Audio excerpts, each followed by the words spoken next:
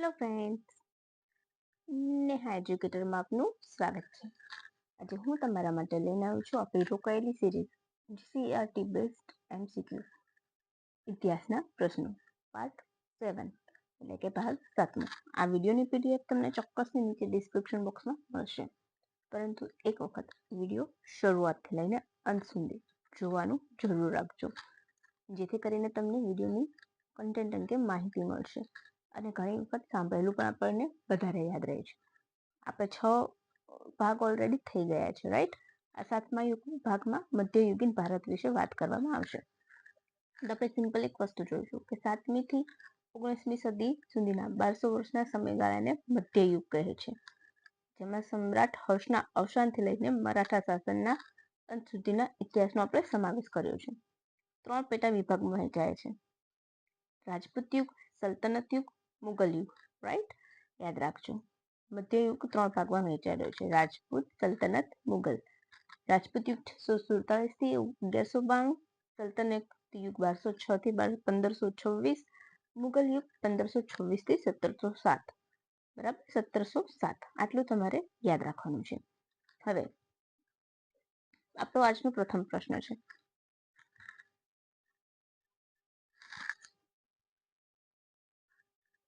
વિક્રમાદેવ ચરિત્ર ગ્રંથ કયા રાજાની જીવનગાથા છે?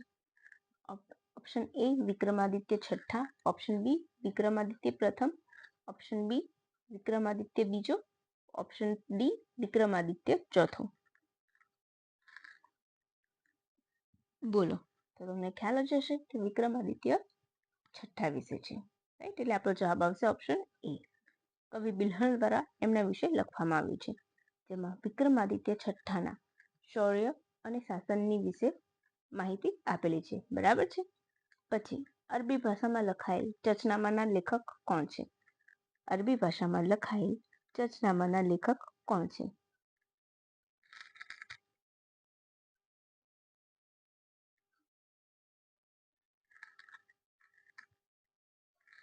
બોલો. Option A Ziauddin Barani, option B Ali Ahmed, option C Amir Khusro કે ઓપ્શન ડી એક પણ નહીં. બોલો, થોડુંક વિચારો પછી હું તમને આન્સર આપું.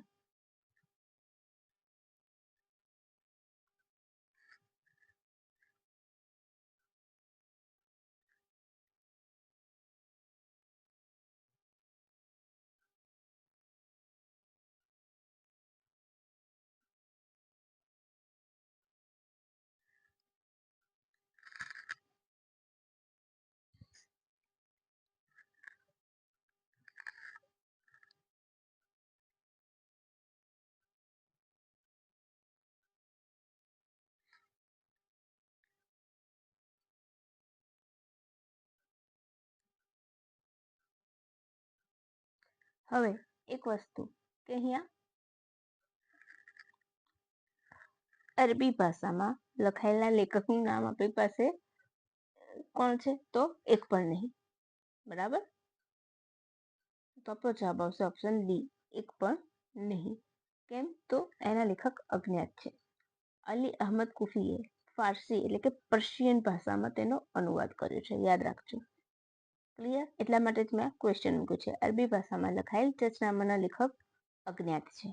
અરબી ભાષામાં લખાયેલું છે ચચનામા મૂળ, પરંતુ અનુવાદ ફારસી ભાષામાં એટલે કે પર્શિયનમાં થયેલો છે. ચચનામાનું બીજું નામ ફતેહનામા સિંધ છે, જેમાં સિંધના 7મી સદીના ઇતિહાસ વિશે માહિતી છે. રાજા દાહિર વિશે પણ એમાં આવી જાય છે. ક્લિયર થઈ ગયું? હવે તમે કહેશો ને કે આ મેં કેટલી બધી મહેનત કરીને નીકાળ્યું છે ને, કે જે આખો પાઠ છે એને ઝીણવટપૂર્વક 2-3 વખત વાંચીને પછી નીકાળ્યું છે, અને વિધાન વાક્ય બનાવવા, સિમ્પલ એમસીક્યુ બનાવવા બહુ જ અઘરું હોય છે ફ્રેન્ડ્સ. તો પ્લીઝ ગમે ને તો એક લાઇક પણ આપજો, અને હા, વિડીયોની લાઇક નહીં આપો ને તો કંઈ નહીં, પરંતુ તમારા એવા વિદ્યાર્થી મિત્રોને શેર કરજો કે જે એસટીઆઈની પરીક્ષામાં બેસવાના હોય. કમસે કમ શેર કરશો ને તો પણ મને ગમશે કે ચલો કોઈ જરૂરિયાતમંદ વિદ્યાર્થી સાથે આ માહિતી પહોંચી રહી છે, અને હું તમને કોઈ એક્સ્ટ્રા બીજા બધાની જેમ લેક્ચર આપ્યા વગર જ આખો વિડીયો બનાવીશ. રાઈટ? ચાલો, મધ્યયુગીન સાહિત્ય જાણવા લિખિત સાહિત્ય ઉપયોગી છે તે નીચે મુજબનું છે. લેખક અને સાહિત્યનું જોડકું જોડો. તો આપણા એક સાઈડ લેખક આપ્યા છે ને એક સાઈડ સાહિત્ય. અલી અહેમદ કુફી, ગુલબદન બેગમ, મોહમ્મદ હુસેન આઝાદ, અમીર ખુશરો. હુમાયુનામા, દરબારે અકબરી, કિરાત ઉલ સદાયત, ચચનામા. હવે પહેલામાં શું આવશે? આપણને એક પણ ખબર ના હોય તો ખાલી એટલું ખબર છે કે ગુલબદન બેગમમાં હુમાયુનામા આવે છે. તો આપણે જોઈ લઈશું કે બીજામાં એ ક્યાં આવે છે. તો એક જ એવું ઓપ્શન છે કે બી આવે છે. બી.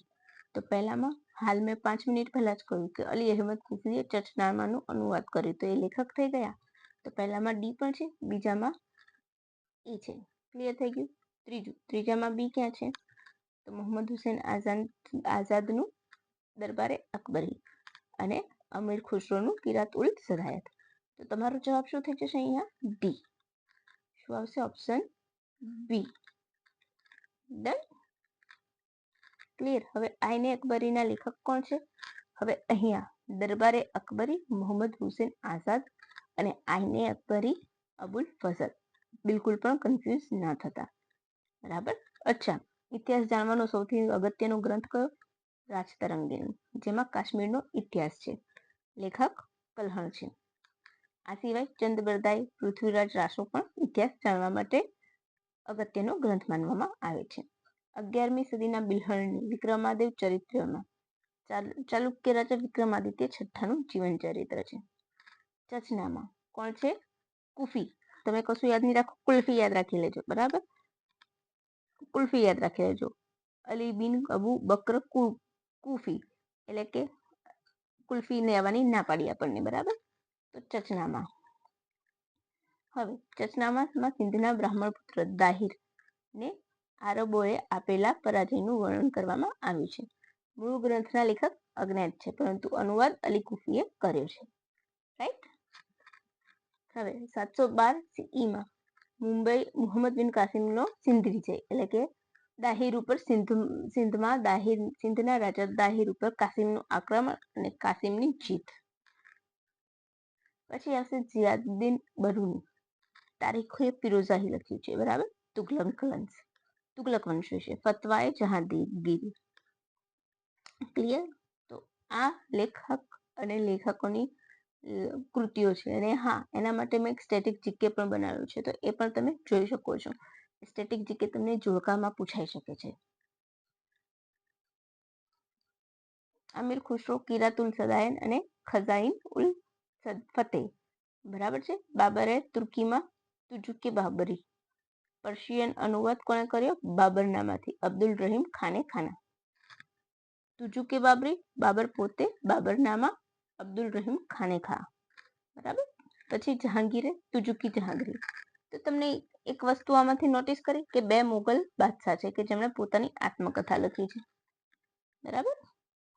આ સિવાય અબુલ ફઝલે અકબરનામા, આઈને અકબરી તેમજ મોહમ્મદ હુસેન આઝાદે દરબારે અકબરી લખ્યું છે. અબ્દુલ હમીદ લાહોરી બાદશાહનામા, મોહમ્મદ કાઝિમ આલમગીરી કોના વિશે છે? તો ઔરંગઝેબ વિશે. એમાં એના શરૂઆતના 10 વર્ષના સમયનું વર્ણન છે.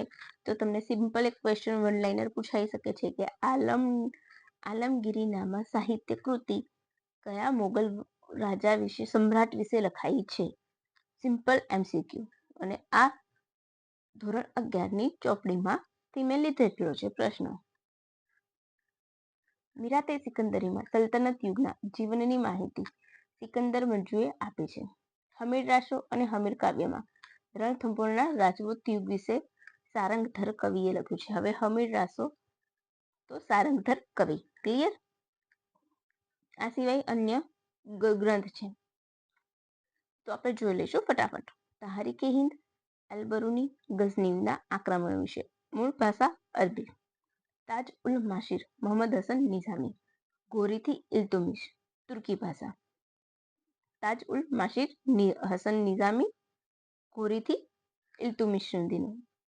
કિરણ ઉસ સદાઈન નસુહી પીર આશિકી ખજા ઉલ ફિતુલ બધું મેં લખાઈ દીધું છે. બરાબર? મલિક મોહમ્મદ જાયસી પદ્માવત, રાણી પદ્માવતીને મેળવવા ખિલજીએ કરેલું આક્રમણ ક્યાં? તો ચિત્તોડ પર.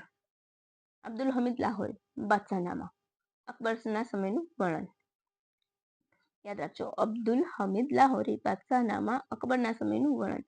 રૂકાવતે આલમગીરી ઔરંગઝેબની સિદ્ધિઓનું વર્ણન છે. ઓકે, ચેક થઈ ગયું છે, રોંગ છે, તો તમે જરાક સમજી લેજો. તારીખે શેરશાહી અબ્બાસ સરવાણી શેરશાહની સિદ્ધિઓ. હવે નામથી તમને આઈડિયા આવતો હોય બરાબર કે સાચું છે, તો તમને લેખક પૂછાય. અબ્બાસ સરવાણી તારીખે શેરશાહી. શાહજહાનામા ઇનાયત ખાં અને સાદિક ખાં. શિવબામની કવિભૂષણ. હવે આગળ પ્રશ્ન, નીચે આપેલા વિધાનોમાંથી કયું વિધાન સાચું છે? અલ બરૂની 11મી સદીમાં મોહમ્મદ ગઝની સાથે ભારત આવ્યો હતો. અલ બરૂનીનો ત્વારીખ અલ ઉલ હિંદને ભારતનો ઇતિહાસ જાણવાનો મૂળ ગ્રંથ માનવામાં આવે છે. ચાવ જુ કુઆ અને માર્ક પોલો દક્ષિણ ભારતના વેપાર વિશે ટ્રાન્સ ઓફ માર્ક પોલો વિશે લખ્યું છે. અને ઉપરના બધા વિધાન સાચા છે. બોલો શું આવશે સાચું? તો આપણે જ્યારે આ કરીશું ત્યારે આપણે મોટા ભાગે શું કરીશું? સરકારી જવાબને આપણે સાચો માનીશું. રાઈટ? સરકારી જવાબ એટલે કે ઉપરના બધા સાચા છે.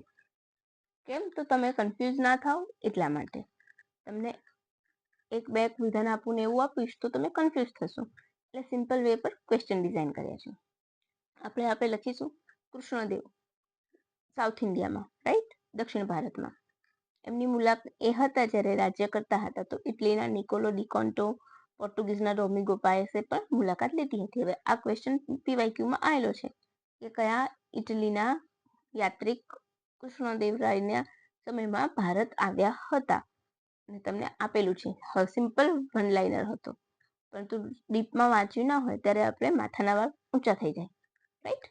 પછી ઈરાનના શાસક શાહરૂખ ખાનના રાજદૂત અબ્દુલ રજાક તેમજ તુગલક સમયમાં તેમના કાઝી આરબના ઇબ્ન બબૂતાની નોંધ પણ ભારતના ઇતિહાસ માટે મહત્વની છે. તો ઇબ્ન બબૂતા આપણે મોસ્ટ ઇમ્પોર્ટન્ટ યાદ રાખવાનું છે. સૌથી વધુ વિદેશી પ્રવાસી જહાંગીરના સમયમાં આવ્યા હતા, જેમાં વિલિયમ હોકિન્સ અને થોમસ રોની લખેલી નોંધ બહુ ખૂબ જરૂરી છે.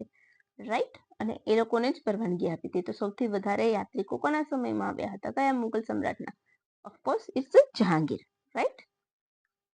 હવે નીચેનામાંથી કયું વિધાન સાચું છે?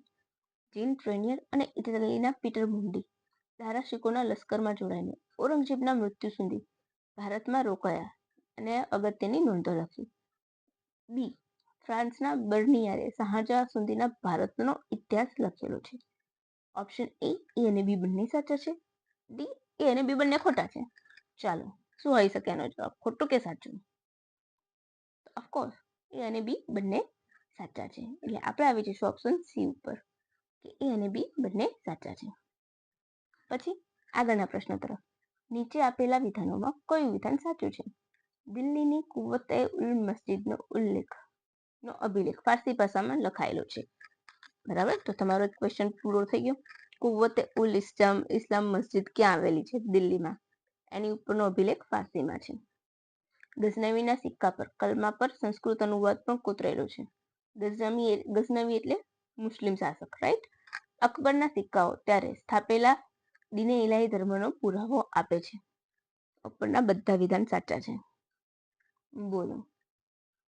તો યસ, ઓફકોર્સ અહીં પણ આપણું આવી જશે ઉપરના બધા વિધાન સાચા છે. તમને એમ થાય કે સંસ્કૃતમાં ના હોઈ શકે, ગઝનવીનું પણ છે, બરાબર, એટલા માટે. એટલે તમે એ અથવા તો સી કરવા પ્રેરાવશો. હવે નીચેના વિધાનો અંગે વિચાર કરો કે કયું વિધાન સત્ય છે. મોહમ્મદ ગોરી, યાસુદ્દીન બલબલ અને વિજયનગરના વરાહ નામના સોનાના સિક્કા તેના આર્થિક સમૃદ્ધિ દર્શાવે છે. ઇલ્તુમિશ ટંકા નામના ચાંદીના અને જીતલ નામના તાંબાના સિક્કા અમલમાં મૂક્યા હતા. હવે તમને કોન્ટ્રાવર્શિયલ કન્ફ્યુઝ કરવા ઊંધું પૂછી શકે છે. જીત એટલે જીતલ તાંબુ, ટંકા ચાંદી, ચાટી જવું એટલે ચાંદી ટંકા, બરાબર, ઇલ્તુમિશના સમયમાં. તો એ અને બી બંને સાચા છે. રાઈટ?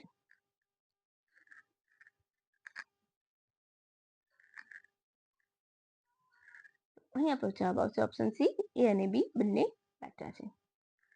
ડન. આરબોના હિંદના આક્રમણ વિશે કયું જોડકું સાચું છે? મુંબઈમાં પ્રથમ આક્રમણ, વલભીમાં બીજું આક્રમણ, સિંધમાં ત્રીજું આક્રમણ. કયું વિધાન સાચું છે? કે મેં સીધું કહી દીધું છે કે પ્રથમ આક્રમણ મુંબઈમાં થયું હતું આરબોનું, બીજું વલભીમાં થયું હતું ને ત્રીજું સિંધમાં થયું હતું. બોલો, તો અહીં આવશે આપણા બધા વિધાન સાચા છે. તો ઓપ્શન ડી. પ્રથમ આક્રમણ કોનું હતું? આરબોનું. મોહમ્મદ બિન કાસિમે સિંધ પર આક્રમણ કર્યું હતું, રાઈટ?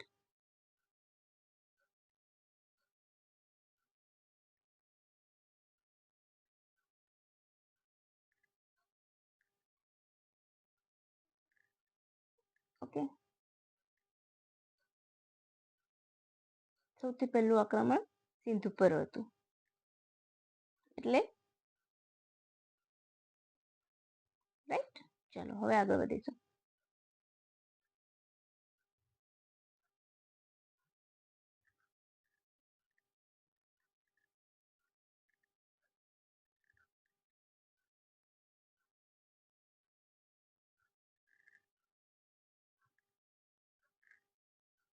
એક મિનિટ, આ ક્વેશ્ચન તમે સર્કલ કરીને રાખજો. હું કોમેન્ટ બોક્સમાં આનો પરફેક્ટ જવાબ આપી દઈશ. મને ખ્યાલ છે ત્યાં સુધી 1 અને 3 આવશે, પણ તો પણ હું કન્ફર્મ કરીને આપી દઈશ, બરાબર?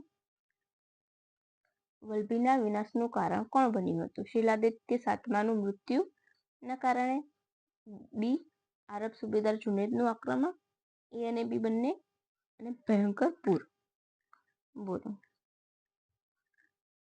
તો અહીં આપણો જવાબ આવશે આરબ સુબેદાર જુનેદનું આક્રમણ, બરાબર? કાકુ યાદ હોય તો.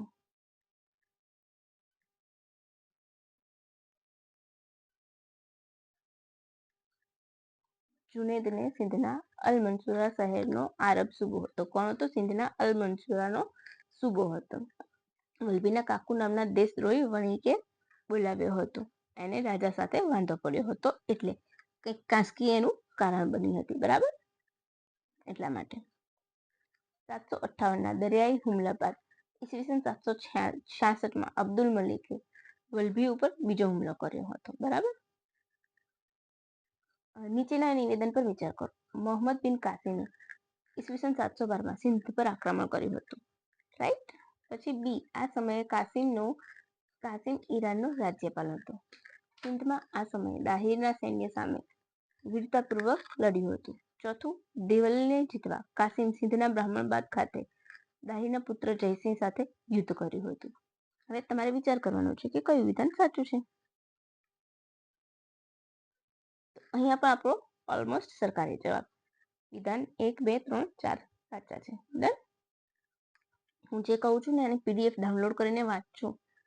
પહેલા ભાગથી લઈને 7 સુધીના જેટલા પણ આવે ને, મારાથી એઝ સૂન એઝ પોસિબલ હશે એમ હું તમારા માટે લઈને આવીશ. પરંતુ ના થાય ને તો જેટલું છે એટલું તો તમે રીડ કરજો જ, એમાંથી તો 100% આવશે, બરાબર? સિંધ પર આક્રમણ 712. કાસિમનું ઈરાનનો રાજ્યપાલ હતો. દાહિરના સૈન્ય સામે લડ્યા હતા અને દાહિરને હરાવ્યો હતો. અને દેવલમાં દાહિરના પુત્ર જયસિંહ સાથે યુદ્ધ, દેવલ જીતવા માટે. ક્યાં? તો બ્રાહ્મણાબાદ ખાતે. ક્લિયર? ત્યારબાદ તેણે એલાર અને મુલતાન પર વિજય પ્રાપ્ત કર્યો હતો. હવે નીચે આપેલા જોડકામાં કયું જોડકું સાચું છે? રાજા દાહિર સિંધનો શાસક હતો. મોહમ્મદ બિન કાસિમ ઉમેદ ખલીફાનો સૈન્ય પ્રમુખ હતો. અલ હઝાઝ ઈરાનનો સુબો હતો. ડી, ઉપરના બધા વિધાન સાચા છે. તો અહીંયા પણ ઉપરના બધા વિધાન સાચા છે.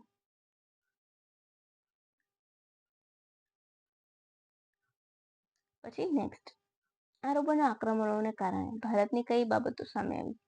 એ, મુસ્લિમો પાસે ભારતના લોકો કરતા ઊંચી જાતના યુદ્ધ શસ્ત્રો હતા. Yes, right. મુસ્લિમો રણ મેદાનમાં ઘોડાનો ઉપયોગ કરતા અને ભારતીયો હાથીનો ઉપયોગ કરતા. બંને વિધાન સાચા છે. તો ફરીથી હું તમારો ટાઈમ વેસ્ટ બિલકુલ પણ નહીં કરું. તમને જેમ ઇઝીલી અને જેટલું જલ્દી થશે ને એટલું હું પેકઅપ કરાવીશ તમને. ઓલમોસ્ટ 1 કલાકથી વધારે ટાઈમ હું નહીં લઉં, પરંતુ હા, 1 કલાક તો થશે જ. મે બી એનાથી ઓછો હું સ્પીડમાં કરાવું તો થઈ જાય, પરંતુ એનાથી વધશે તો નહીં જ. નીચેના વિધાનોમાં કયું વિધાન સાચું છે? કાશ્મીરના શાસક મુક્તપિંડે કનોજ પર ચડાઈ કરી ત્યારે યશોવર્માને પરાજિત કર્યા બાદ કનોજ વિશે વધુ માહિતી નથી. યશો નથી, યશોવર્મા છે. 11મી સદીમાં પ્રતિહાર સામ્રાજ્યના પતન બાદ ચંદ્રદેવ ગોહિલ નામના રાજાને હરાવીને કનોજ જીત્યું હતું. બરાબર છે. ત્રીજું, ચંદ્રદેવ ગોપાલ ગઢવાલ જાતિનો હતો. આ બધી માહિતી ચંદ્રદેવ વિશે છે.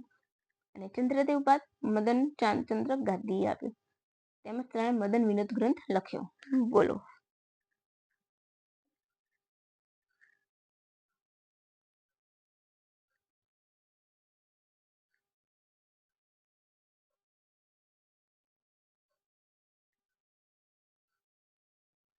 કાશ્મીરના મુક્તપિંડમાં ચઢાઈ કરી હતી. બરાબર. તો અહીંયા આપણે આવશે બધા વિધાન સાચા છે. તો પહેલું જ આપણું આવી જશે. હંમેશા એલિમિનેશન મેથડ એપ્લાય કરવાની. મદનચંદ્રએ કાશીમાં આદિકેશવ મંદિર બંધાવ્યું હતું. મદનચંદ્રનો પુત્ર ગોવિંદચંદ્ર આ વંશનો છેલ્લો રાજા હતો. હવે નીચેના આપેલા પ્રશ્નો વિશે વિચાર કરીને નક્કી કરવાનું છે કે કયું વિધાન સાચું છે. ચંદ્રદેવને રાજા પૃથ્વીરાજ ચૌહાણ સાથે અણબનાવ હતો. હા, જગ જાહેર છે. એટલે તો ગદ્દારી કરી હતી, રાઈટ? એમણે મોહમ્મદ ઘોરીએ 1193માં કનોજ પર આક્રમણ કર્યું હતું. એ અને બી બંને સાચા છે. એ અને બી બંને ખોટા છે.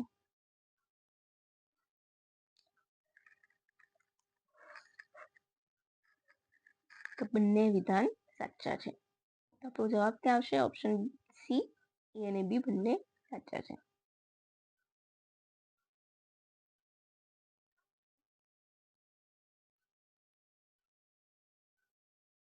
ડન. નીચે આપેલા વિધાનમાં કયું વિધાન ખોટું છે?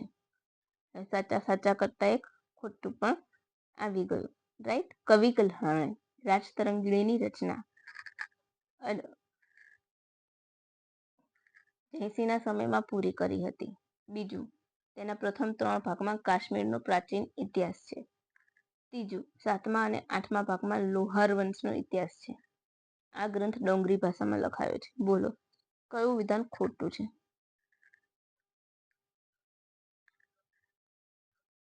કયા ગ્રંથ વિશે છે? રાજતરંગીણી. ઓકે. તો શું છે? જયસિંહના સમયમાં પૂરો થયો. 3 ભાગમાં કાશ્મીરનો ઇતિહાસ છે. 7મા અને 8મા ભાગમાં લોહાર વંશનો ઇતિહાસ છે. ડોંગરી ભાષામાં લખાયો હતો. કયું ખોટું છે? તો અહીં આપણે લખવા આવશે ઓપ્શન ડી.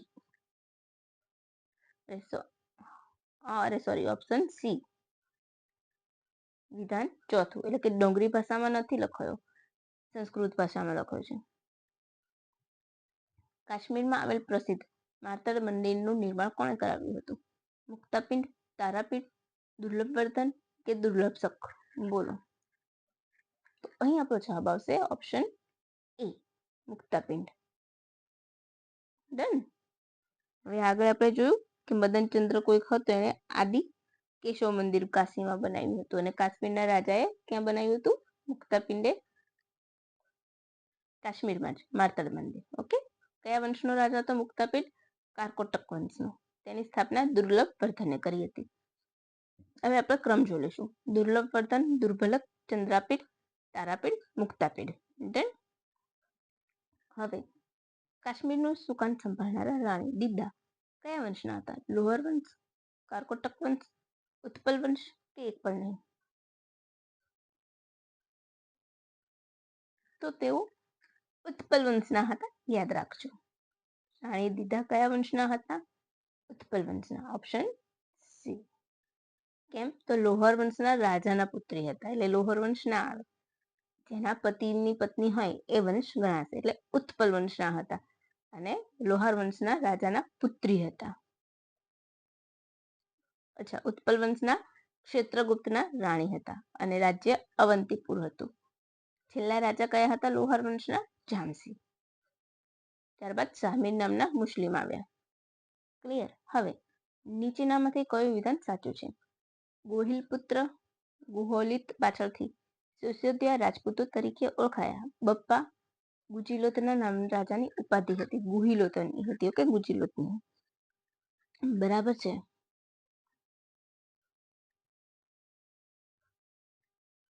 ગુહિલોતની ઉપાધિ હતી, એટલું યાદ રાખજો. તેનું જૂનું પાટનગર નાગદંડ, નાગહુંડ હતું. ઓકે, અને ઉપરના બધા વિધાન સાચા છે. નાગહુંદ હતું, તો બધા વિધાન સાચા છે. વન્સ અગેન સરકારી જવાબ. તો નો ચર્ચા. ડન.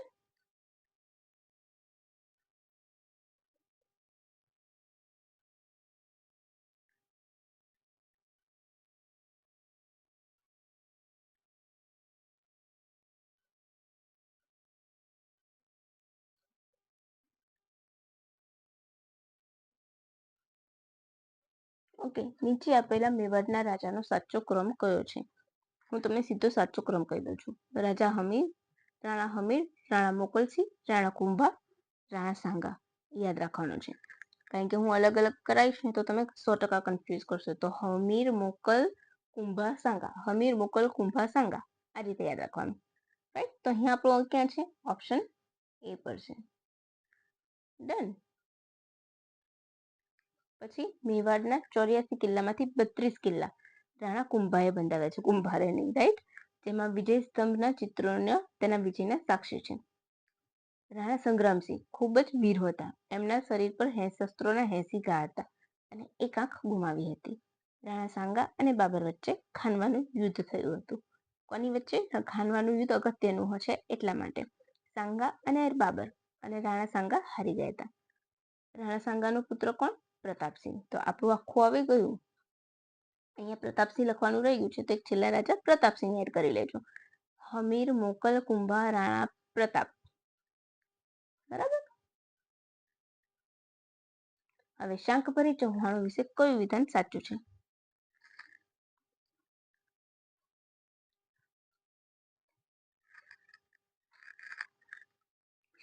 ઓપ્શન એ દંતકથા મુજબ ચાહમનો આબુ પર્વત પર ઋષિ મુનિએ કરેલા યજ્ઞમાંથી ઉત્પન્ન થયા હતા. ઓપ્શન બી, તેઓ ગુર્જર પ્રતિહારોના સામંતો હતા. ઓપ્શન સી, શાંકભરી ચૌહાણ ગઝનવીના આક્રમણોને સફળતાપૂર્વક સામનો કર્યો હતો. ઓપ્શન ડી, ઉપરના બધા વિધાન સાચા છે. ઓફકોર્સ અહીંયા પણ ઉપરના બધા વિધાન સાચા છે. Option D. પછી નીચે આપેલા શહેર અને તેને વસાવેલા રાજપૂતો વિશે કયું વિધાન ખોટું છે? બીકાનેર, બીકાજી, અજમેર, અજયરાજ, જોધપુર, જોધા. બધા જ વિધાનો ખોટા છે. બધા જ વિધાનો સાચા છે. એક અને બી, 2 અને 3 ખોટા છે એમ પૂછ્યું છે. તો બધા જ વિધાન સાચા છે. યાદ રાખવાનું છે. એટલે અહીંયા આવશે કન્ફ્યુઝિંગ પ્રશ્ન છે, રાઈટ. તો ઓપ્શન બી, બધા જ વિધાન સાચા છે. ડન. અજયરાજ એટલે અજય મેરુ. 12મી સદીમાં અજમેર વસાવ્યું હતું. પુત્ર અણોરાજ. સોલંકી રાજા જયસિંહ સાથે કંચનદેવીના લગ્ન કરાવ્યા હતા. લગ્ન બાદ સોમેશ્વરનો પુત્ર અને તેમનો પુત્ર પૃથ્વીરાજ. ખલજીએ હમીરદેવને હરાવીને શાંકભરી ચૌહાણ સત્તાનો અંત આણ્યો હતો. આંબેરનું હાલનું નામ જયપુર, ઉદયપુર, આંબેર, જેસલમેર. આમેરનું. ઓકે, તો option A Jaipur. Jaipur. Done. Kachhwaha રાજા એટલે કે કુશવાહોનું શાસન હતું. આંબેર રાજા ભારમલે પોતાની પુત્રી હરખાબાઈના લગ્ન અકબર સાથે કરાવ્યા હતા. અકબર સમયે મેવાડ, મારવાડ અને આમેર સ્વતંત્ર રાજ્ય હતા. બાબરના સમયે મેવાડ, મારવાડ, આમેર સ્વતંત્ર હતા. આમેર એટલે હાલનું જયપુર. બરાબર. પ્રાચીન સમયમાં ગુજરાત વિશે કયું વિધાન સાચું છે?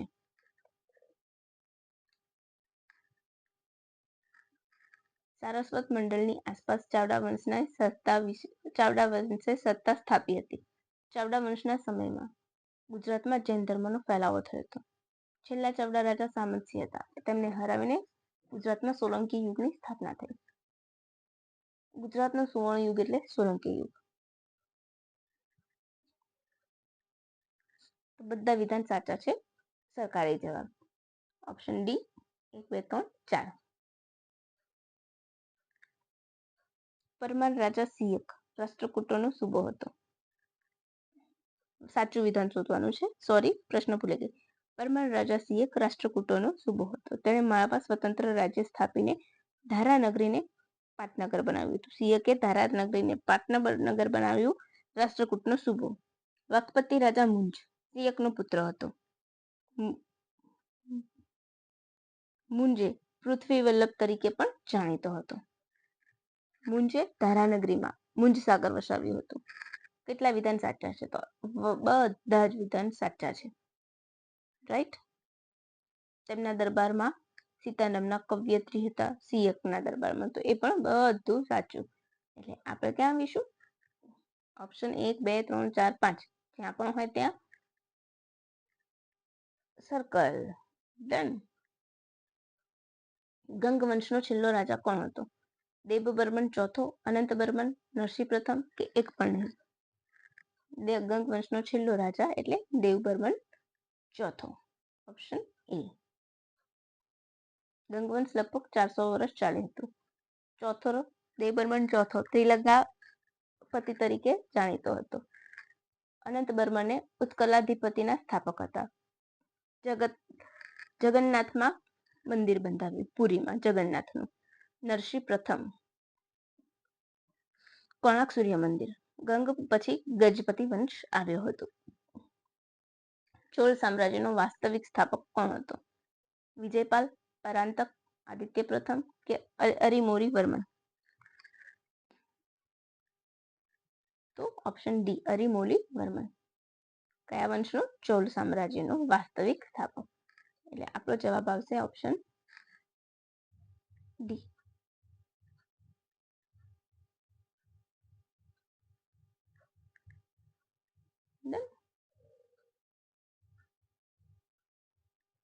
તેણે રાજા રાજ પહેલા નામ ધારણ કર્યું હતું. તંજાવુરમાં બૃહદેશ્વર મંદિરનું નિર્માણ કરાવ્યું હોવાને કારણે રાજા રાજેશ્વર તરીકે પણ જાણીતું છે. બરાબર છે, યાદ રાખજો.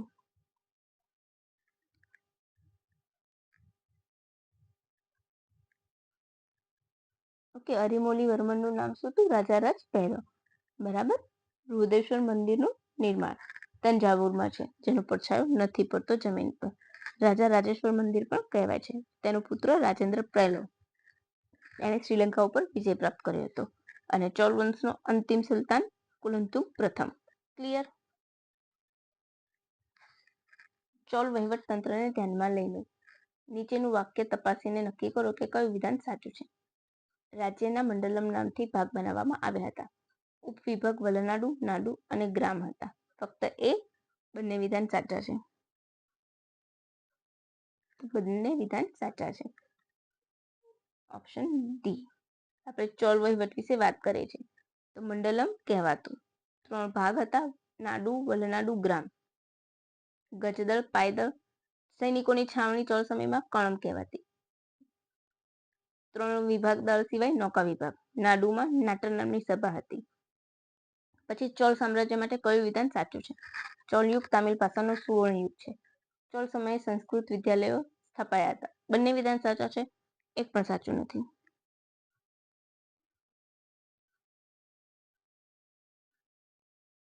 બંને વિધાન સાચા છે. સી.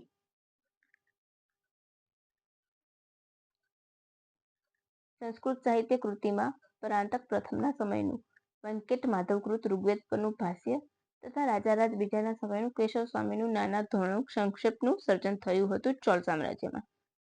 ચોલ સામ્રાજ્યના સ્થાપત્ય માટે કયું વિધાન ખોટું છે? ચોલ રાજાઓએ પલ્લવ શૈલીમાં મંદિર નિર્માણ કરાવ્યું હતું. આ સમય દરમિયાન દ્રવિડ શૈલી ચરમસીમાએ પહોંચી. બંને વિધાન સાચા છે, બંને વિધાન ખોટા છે. અહીંયા પણ સરકારી જવાબ. કેમ મેં આવા મૂક્યા છે? ઘણી વખત ઓનલી એક પણ સાચું હોઈ શકે છે.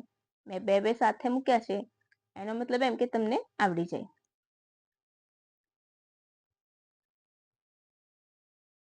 રાઈટ. પલ્લવ શૈલીનું નિર્માણ. અહીંયા વિવાદ લખાયું છે, ભૂલથી લખાયું છે. બરાબર.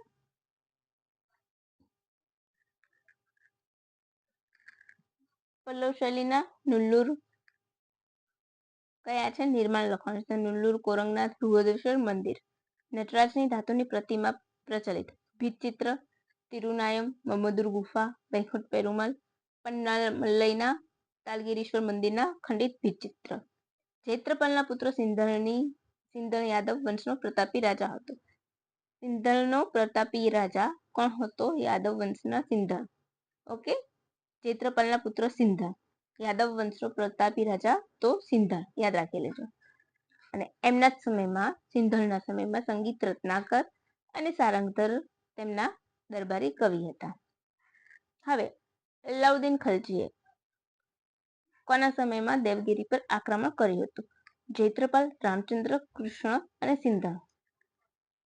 તો ઓપ્શન બી યાદ રાખજો, આ ખૂબ અગત્યનું છે. સૌ પ્રથમ દેવગિરી ઉપરનું આક્રમણ હતું અને એના વિશે હું વાત કરીશું. તો દેવગિરી ઉપર રાજા કયો રાજ કરતો હતો? Ramchandra. Option B Alauddin Khalji, Devagiri, Ramchandra. Okay, પછી ચૈત્રપાલ, પછી સિંધળ, સિંધળ કૃષ્ણ, મહાદેવ અને છેલ્લે રામચંદ્ર. રામચંદ્રએ ખલજી સાથે સંધિ કરી અને પછી ખંડણી ભરવાની બંધ કરી, જેથી મલિક કાફુરે ફરીથી દેવગિરી પર ચઢાઈ કરી રામચંદ્રને કેદ કરી દિલ્હી મોકલી આપ્યો. બરાબર, ખલજીને રાયસનની ઉપાધિ આપી. બરાબર, દેવગિરીને મલક્કોથી દૂર રાખવા દૌલતાબાદ નામ આપ્યું. ક્લિયર? કોને નામ આપ્યું છે દેવગિરીને દૌલતાબાદ? તો મલિકે નામ આપ્યું હતું. બરાબર, મલિક કાફુરે, યાદ રાખજો, મલિક કાફુરે દૌલતાબાદ નામ આપ્યું હતું. નીચેનામાંથી કયું જોડકું સાચું છે? ગોપાલ વંશના સ્થાપક ગોપાલ, સેન વંશના સ્થાપક વિજયસેન, યાદવ વંશના સ્થાપક ભિલ્લમ. તો બધા જોડકા સાચા છે. એટલે ક્યાં આવશે આપણો સરકારી જવાબ? 1 2 3 ઓપ્શન ડી. ડન. પાલ વંશ 750 થી 770. ત્યારબાદ કયા વંશના? ધર્મપાલ, દેવપાલ તેમજ બીજો સંસ્થાપક મહિપાલ.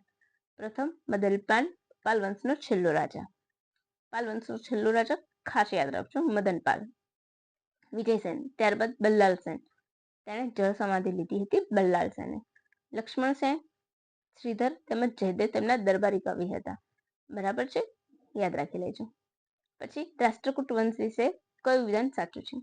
8મી થી 10મી સદી દરમિયાન દખ્ખણમાં રાષ્ટ્રકૂટોનું શાસન હતું. દંતીદુર્ગ આ વંશનો સૌથી પ્રતાપી રાજા હતો. કયા વંશની હું વાત કરું છું? રાષ્ટ્રકૂટ. તો દંતીદુર્ગ સૌથી પ્રતાપી રાજા. દંતીદુર્ગ બાદ કૃષ્ણરાજ પ્રથમ ગાદી આવ્યો, જેમણે વેંગીના ચાલુક્યોને હરાવ્યા. ઉપરના વિધાન સાચા છે બધા. બરાબર, તો ઓપ્શન ડી, ઉપરના બધા વિધાન સાચા છે. યાદ રાખજો રાષ્ટ્રકૂટો વિશે. બરાબર, દખ્ખણમાં શાસન, દંતીદુર્ગ પ્રભાવી રાજા અને વેંગીના ચાલુક્યોને કૃષ્ણરાજ પ્રથમે હરાવ્યા.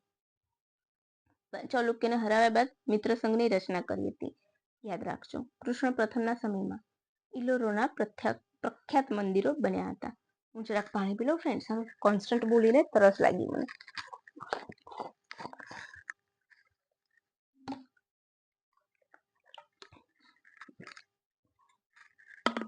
કૃષ્ણ પ્રથમના સમયમાં ઇલોરાના વિખ્યાત મંદિરો બન્યા હતા.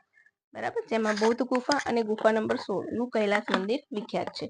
યાદ રાખજો, કૃષ્ણ પ્રથમે ઇલોરાના પ્રખ્યાત મંદિર, કૃષ્ણના સમયમાં બૌદ્ધ ગુફા અને ગુફા નંબર 16 નું કૈલાસ મંદિર. કૃષ્ણ પ્રથમ, એટલું યાદ રાખવાનું છે. અમુક વર્ષની ગણના વિશ્વના મહાન 4 શાસકમાં થતી હતી એ વખતના.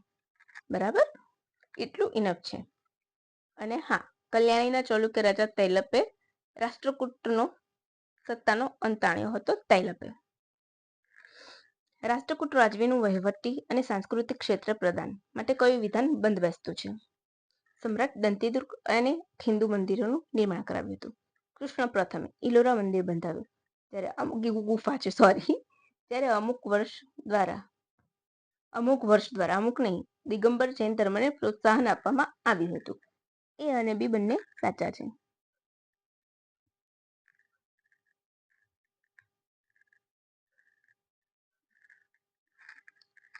તો આપણે સરકારી જવાબ પર જતા રહીશું. ઓપ્શન સી, એ અને બી બંને સાચા છે. બરાબર, કયા પ્રશ્ન છે? રાષ્ટ્રકૂટ રાજવીઓનું પ્રદાન. પછી ગંડરાજ કયા રાજાનો પુત્ર હતો? ધંગ, યશોવર્મા, હર્ષદેવ કે આનંદપાલ? ઓફકોર્સ તમને ખ્યાલ જ હોય બહુ જાણીતા રાજા છે ગંધ, એટલે ઓપ્શન એ ધંગ. ધંગે અલ્હાબાદમાં ધ્યાન અવસ્થામાં જળ સમાધિ લીધી. રાજા ગંધ એ ગઝનવીને લાહોર પર ચડાઈ કરી ત્યારે આનંદપાલ સાથે મળીને મિત્ર સંઘ રચ્યો હતો. ગંધ બાદ કોણ આવ્યું હતું? આનંદ વર્મા. હવે નીચે આપેલા રાજાના ક્રમમાં યોગ્ય ક્રમ પસંદ કરો શરૂઆતથી લઈને. ઓકે, ઊંધું પણ પૂછે, સીધું પણ પૂછે. તો અહીંયા હું તમને સીધો ક્રમ કહી દઉં છું. પરમારદેવ, ત્રૈલોક્ય વર્મા, વીર વર્મા અને ભોજ વર્મા. રાજા ભોજ, રાઈટ? તો ઓપ્શન ડી આપણું ફોલો થાય છે, ભોજ. પહેલું અને છેલ્લું તો આપણને પ્રથમ પરમારદેવ છે એ યાદ છે, રાઈટ? અને છેલ્લો ભોજ છે, તો ઓપ્શન ડી.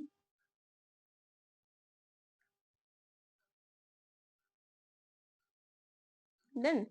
ભારતમાં ચંદેલ વંશનું મહત્વ નીચેના કયા વિધાનમાંથી સમજાય છે?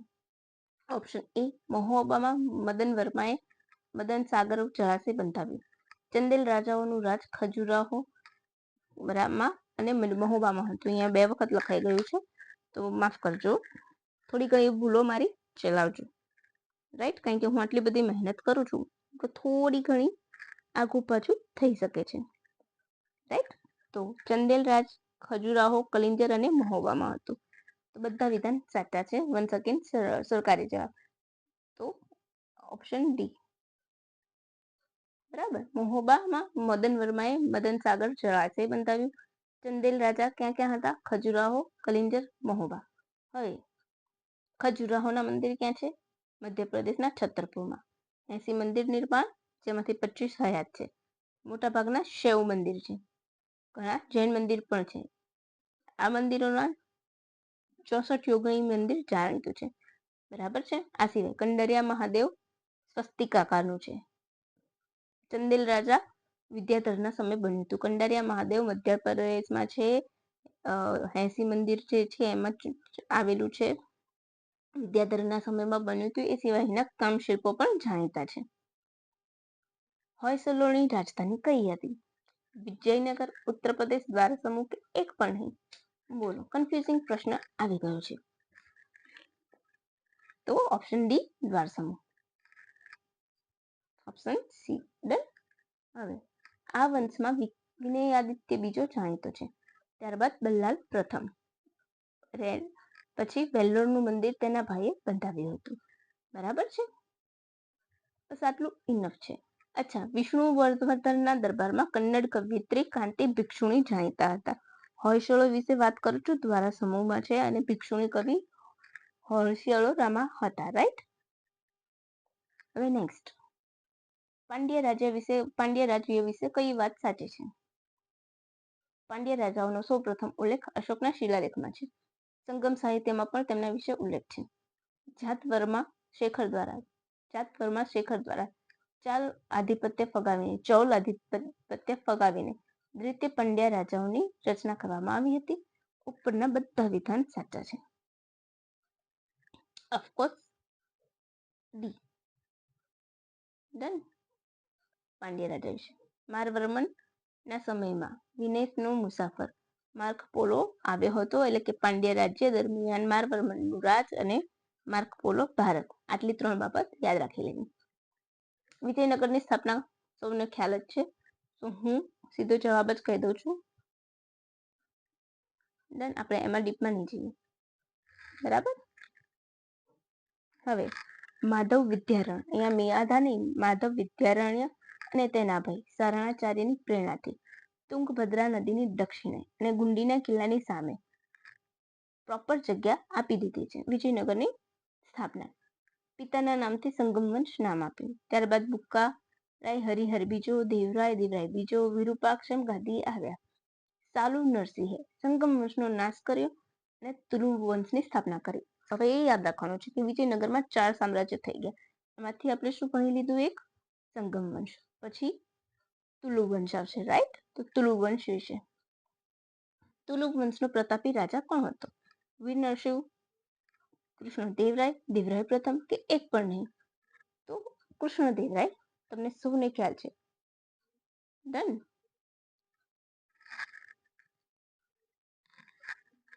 વીર નરસિંહ બાદ તેનો ભાઈ કૃષ્ણદેવરાય ગાદી આવ્યા. માત્ર તુલુ વંશના જ નહીં પરંતુ સમગ્ર મધ્યકાલીન ઇતિહાસના મહાન રાજવી હતા. તેમના સમયમાં ડોમિંગો પાયોઝ પોર્ટુગીઝના ભારતે આવ્યા. કૃષ્ણદેવરાય આમુક્ત મર્યાદા લખ્યું. તેમણે નાગલપુર નામનું શહેર વસાવ્યું. હજારા વિઠ્ઠલ મંદિર નિર્માણ કરાવ્યું. 8 મંત્રીઓ હતા. 6 પ્રાંતોમાં તેમનું વહેંચાયેલું હતું. પ્રાંતનો વડો નાયક કહેવાતો. લશ્કરી ખાતાનો વડો દંડનાયક એટલે કે કંડાચાર કહેવાતો. કૃષ્ણદેવના મૃત્યુ બાદ નિર્બળ શાસકો આવતા બહમની રાજ્યોએ એકજૂથ થઈને રાક્ષસ તંદગડીના યુદ્ધમાં તાલીકોટામાં પરાજય આપ્યો હતો. એટલે તુલુ વંશનો અંત આણીને બહમની સામ્રાજ્ય આવ્યું હતું. તમે સિમ્પલી ભાષામાં કહી શકો છો. બરાબર. હવે અચ્યુત યાત્રા અભ્યુદમ કાવ્ય કઈ ભાષામાં લખાયેલું છે? તામિલ, કન્નડ, સંસ્કૃત, તેલુગુ. ઓપ્શન ડી તેલુગુમાં. એક સિમ્પલ વન લાઇનર છે, ક્યારેક પૂછાઈ જાય તો ના આવડે. રાજનાથ ડિંડમ તેના લેખક છે. બહમની રાજ્યની સ્થાપના કોણે કરી હતી? હસન ગંગુ, અલાઉદ્દીન બહમન, ફિરોઝ શાહ કે એક પણ નહીં? તમારે મને સંગમ વંશ, તુલુ વંશ એ બધા સાલની વિશે કહેવાના છે કે દક્ષિણ ભારતના 4 વંશની માહિતી તમારે મને કમેન્ટ બોક્સમાં કમેન્ટ કરવાની છે. હવે અહીંયા શું આવશે? બહમની રાજ્યની સ્થાપના હસન ગંગુએ કરી હતી. Option A. ઈસવીસન 1347માં દક્ષિણમાં હસન ગંગુ નામના બાહોર સરદારે કરી હતી. આ વંશમાં 18 સુલતાન થયા. બહમની વંશમાં બહમની સામ્રાજ્યનો પ્રથમ સુલતાન અલાઉદ્દીન શાહ, બીજો મોહમ્મદ શાહ જેણે સ્થાયી લશ્કરની રચના કરી. ત્યારબાદ મુજાહુદ્દીન મોહમ્મદ શાહ બીજો ગાદી આવ્યા. અચ્છા, સુલતાન મોહમ્મદ ત્રીજાના વજીર મોહમ્મદ ગવાને ગોવા કબજે કર્યું હતું. આ વંશમાં તાજુદ્દીન ફિરોઝ શાહ શક્તિશાળી સુલતાન હતો. શેખ હાજારીને આશરો આપ્યો હતો. 1527માં બહમની રાજ્ય 5 ભાગ પડ્યા. હવે મેં પેલા વંશના નથી કરાયા, પરંતુ આ વંશના 5 ભાગ યાદ રાખજો. બહમનીના તમને 100% હું કહું છું કે આ પરીક્ષામાં બહમની વંશના 5 ભાગ પૂછાશે. અહમદનગરમાં નિઝામ શાહી, બીજાપુર આદિલ, તો નિઝામ, આદિલ, કુતુબ, બદીર અને ઇમામ. આ 5 ભાગ યાદ રાખવાના છે. અહમદનગરમાં નિઝામ શાહી, બીજાપુરમાં આદિલ શાહી, ગોલકંડામાં કુતુબ શાહી, બીડરમાં બદીર શાહી અને વરાડમાં ઇમામ શાહી. બહમનીના સુલતાનોએ 179 વર્ષ રાજ કર્યું. તાજુદ્દીન ફિરોઝ શાહ બ્રાહ્મણોને મહત્વના હોદ્દા આપનાર પ્રથમ સુલતાન હતો. બરાબર છે. અલાઉદ્દીન અહમદ શાહ બીજાએ સંગમેશ્વરના હિન્દુ રાજાની કુંવરી સાથે લગ્ન પણ કર્યું હતું. હવે આપણે ધીરે ધીરે આપણા એન્ડિંગ તરફ જઈ રહ્યા છીએ. મેં તમને કહ્યું હતું ને કે 1 કલાક કરતા ઓછા સમયમાં હું તમને આપીશ. નીચેના વિધાનો તપાસીને કહો કે સાચું વિધાન કયું છે. વાસ્કો દ ગામાનો પ્રખ્યાત નાવિક કોપ ઓફ ગુડ હોપ મોઝામ્બિક બંદરે પહોંચ્યો. રાઈટ, સાચું છે. ખલાસી કાનજી માલમ અને અહમદ ઇબ્ન મજીદ મળ્યા હતા. સાચું છે. તો બંને સાચા છે. વન્સ અગેન સરકારી ઓફિશિયલ ગેજેટ વાળો જવાબ રાજા સામુદ્રિક. રાઈટ.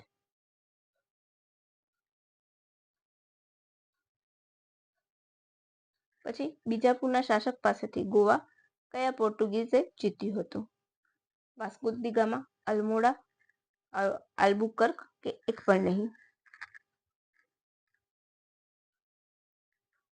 તો આ યાદ રાખજો. આમાં વાસ્કો દ ગામા નથી આવતું. બીજાપુરના અલ્બુકર્કે જીત્યું હતું. યાદ રાખી લેજો. Option C. રાઈટ. કન્ફ્યુઝ ન થતા. પછી પોર્ટુગીઝ નીચેનામાંથી કઈ વસ્તુ ભારત લઈને આવ્યા? બટાકા, મકાઈ, તંબાકુ, ઉપરનું બધું.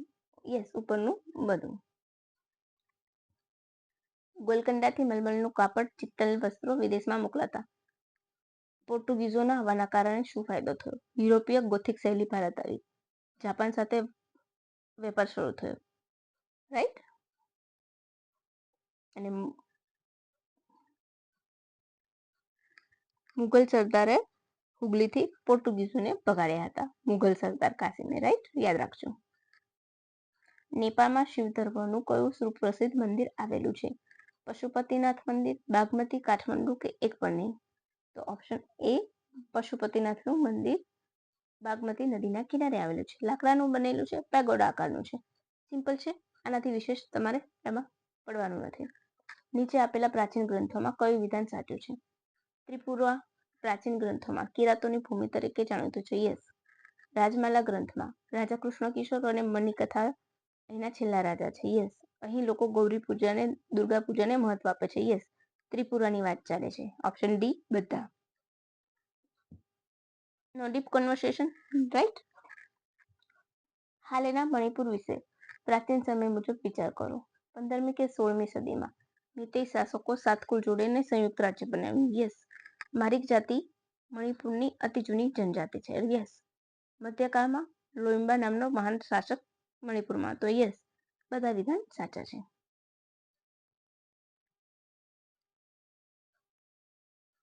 ઓકે. નેપાળમાં નેપાળી સંવંત કોણે ચાલુ કર્યું? રાઘવદેવ, ગુણકામદેવ, નાન્યદેવ કે એક પણ નહીં?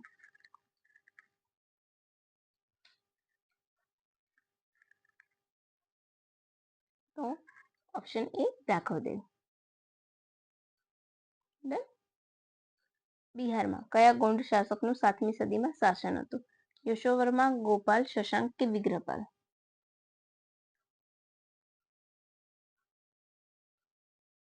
તો શશાંક આવશે. બરાબર.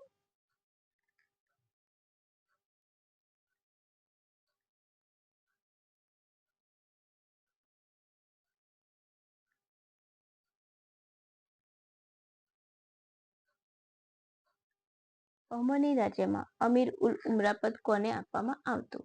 ઓપ્શન એ સૈનિકો, ઓપ્શન બી દરબારી કવિ, ઓપ્શન સી હું પાણી પી લઉં ફ્રેન્ડ્સ. યુવરાજ આ છેલ્લો જ પ્રશ્ન છે, પણ હવે નહીં રહેવાય.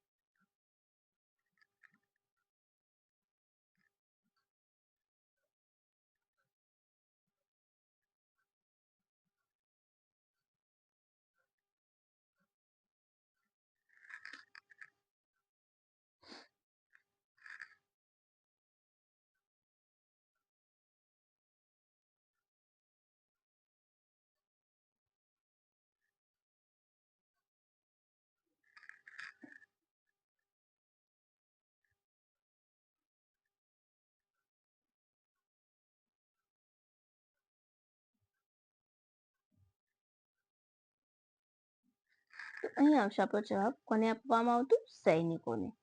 રાઈટ. ચલો પાછું બધું ટાઈપ થઈ ગયું.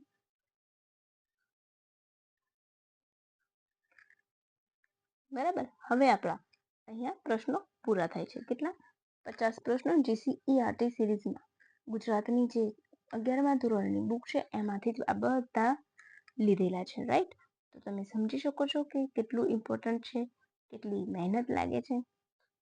હવે તમને લાગતું હોય કે મેં ખૂબ મહેનત કરી છે, તો પ્લીઝ લાઈક, શેર, સબસ્ક્રાઈબ કરવાનું ભૂલતા નહીં.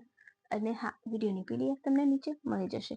ઇફ હેવ એની પ્રોબ્લેમ તો મેસેજ મને કમેન્ટ કરી દેજો, તો હું તમારો પ્રોબ્લેમ સોલ્વ કરી આપીશ. હવે તમને મેં એક પ્રશ્ન પૂછ્યો છે કે દક્ષિણ ભારતમાં 4 વંશ થઈ ગયા હતા. 2 વંશ મેં માહિતી મેં આપી છે, ચાલુ વંશ ને તુલુ વંશ. બીજા 2 વંશ કયા છે એ તમારે મને કહેવાના છે. ઓફકોર્સ કે હું મારા નેક્સ્ટ વિડીયો જે આવશે એમાં એ 4 વંશ વિશેની માહિતી હું તમને આપી દઈશ. પરંતુ તમે ખરેખર મને પણ ખ્યાલ આવશે કે તમે કેટલું સિન્સિયરલી સાંભળો છો. તો મને એનો કમેન્ટ કરજો જરૂરથી. જેનો જવાબ સાચો હશે એને હું હાર્ટ આપી દઈશ. રાઈટ. તો ચાલો મિત્રો, હવે આપણે વિદાય લઈશું અને ફરીથી નવા વિડીયો માટેની તૈયારી ચાલુ કરી દઈશું. રાઈટ. તો ચાલો ફટાફટ શરૂ કરી દેજો. લાઈક, શેર, સબસ્ક્રાઈબ કરવાનું અને ડાઉનલોડ કરવાનું. રાઈટ. ચાલો by friends. Thank you for watching my video.